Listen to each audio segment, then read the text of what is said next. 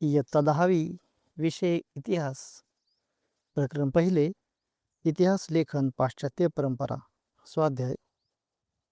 प्रश्न पहिला दिलेल्या पर्यायांपैकी योग्य पर्याय निवडून विधाने पूर्ण करा. 1. आधुनिक इतिहास लेखनाचा जनक डॅश यास म्हणता येईल. पर्याय Voltaire, Rene Descartes, Leopold Ranke, Karl marks.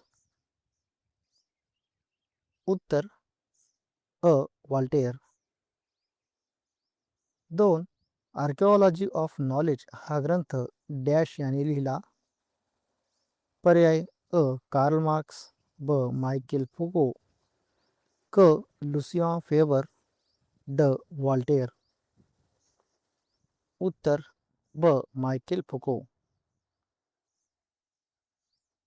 ब पुढीलपैकी चुकीची जोडी ओळखून लिहा. 1. George William Frederick Hegel, reason in history. 2. Leopold von Ranke, the theory and practice of history. 3. Herodotus, the histories. 4. Karl Marx, discourse on the method. तर यातील चुकीची जोडी आहे चौथी, Karl Marx, discourse on the method.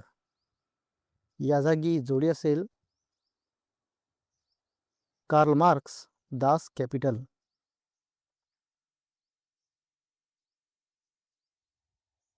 प्रश्न दुसरा आहे टिपा लिहा.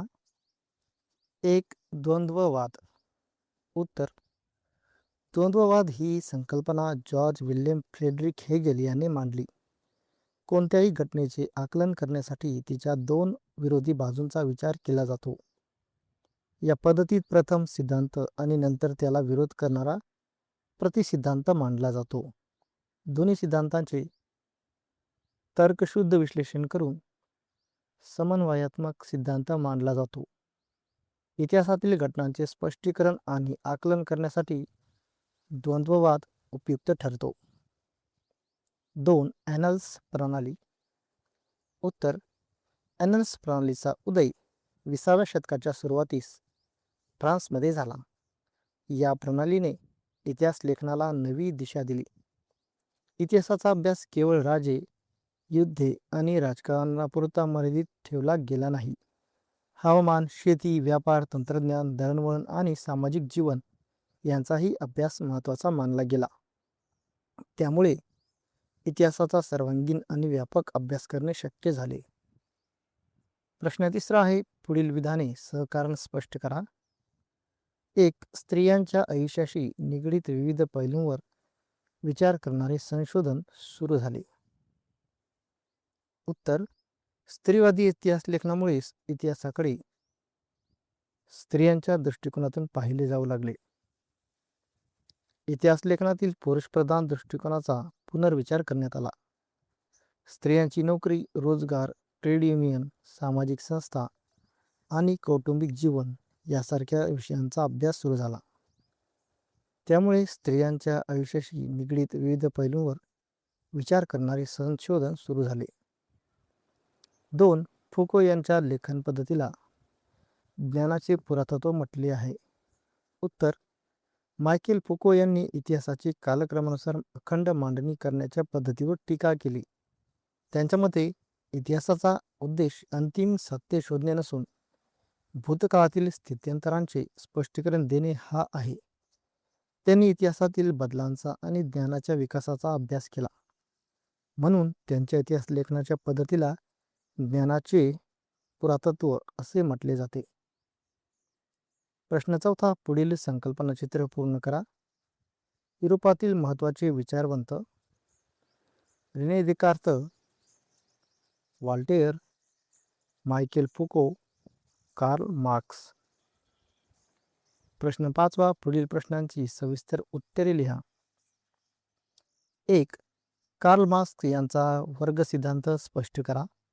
उत्तर. कार्ल मार्क्स यांच्या मते इतिहास हा अमूर्त कल्पनांचा नसून जिवंत माणसाचा असतो. समाजातील माणसामधील संबंध हे उत्पादन साधनांच्या मालकीवर अवलंबून असतात. उत्पादन साधने सर्वांना समान प्रमाणात उपलब्ध नसल्यामुळे समाजात वर्गनिर्मिती होते. उत्पादन साधनावर ताबा असलेला वर्ग इतर वर्गांचे आर्थिक शोषण करतो. यामुळे वर्गसंघर्ष निर्माण होतो. मार्क्स यांच्या मते मानवी इतिहास हा वर्ग संघर्षाचा इतिहास आहे. त्यांच्या या विचारांना वर्ग सिद्धांत असे म्हणतात. 2. आधुनिक इतिहास लेखन पद्धतीची 4 वैशिष्ट्ये कोणती? उत्तर: आधुनिक इतिहास लेखन पद्धती शास्त्रशुद्ध व वस्तुनिष्ठ मानली जाते. तिची प्रमुख वैशिष्ट्ये पुढीलप्रमाणे आहेत. 1. आधुनिक इतिहास लेखन पद्धती शास्त्रशुद्ध असून तिची सुरुवात योग्य प्रश्नांच्या मांडणीपासून होते. या पद्धतीतील प्रश्न मानव केंद्रित असतात व मानवी समाजाच्या कृतीशी संबंधित असतात. 3. इतिहासातील उत्तरांना विश्वासार्ह पुराव्यांचा आधार असल्यामुळे इतिहासाची मांडणी तर्क सुसंगत असते. 4. मानवजातीने भूतकाळात केलेल्या कृतींच्या आधारे मानवजातीच्या प्रगतीचा व वाटचालीचा वेध घेतला जातो. 3. स्त्रीवादी इतिहास लेखन म्हणजे काय? उत्तर: स्त्रीवादी इतिहास लेखन म्हणजे स्त्रियांच्या दृष्टिकोनातून केलेली इतिहासाची पुनर्रचना होय. सिमोन द बोव्हा यांनी स्त्रीवादाची मूलभूत भूमिका मांडली. या पद्धतीत इतिहास लेखनातील पुरुषप्रधान दृष्टिकोनाचा पुनर्विचार करण्यात आला. स्त्रियांची नोकरी, रोजगार, ट्रेड युनियन, सामाजिक संस्था, कौटुंबिक जीवन इत्यादी विविध पैलूंचा अभ्यास केला जाऊ लागला. 1990 नंतर स्त्री हा स्वतंत्र सामाजिक वर्ग मानून इतिहास लेखनाला अधिक महत्त्व प्राप्त झाले. 4.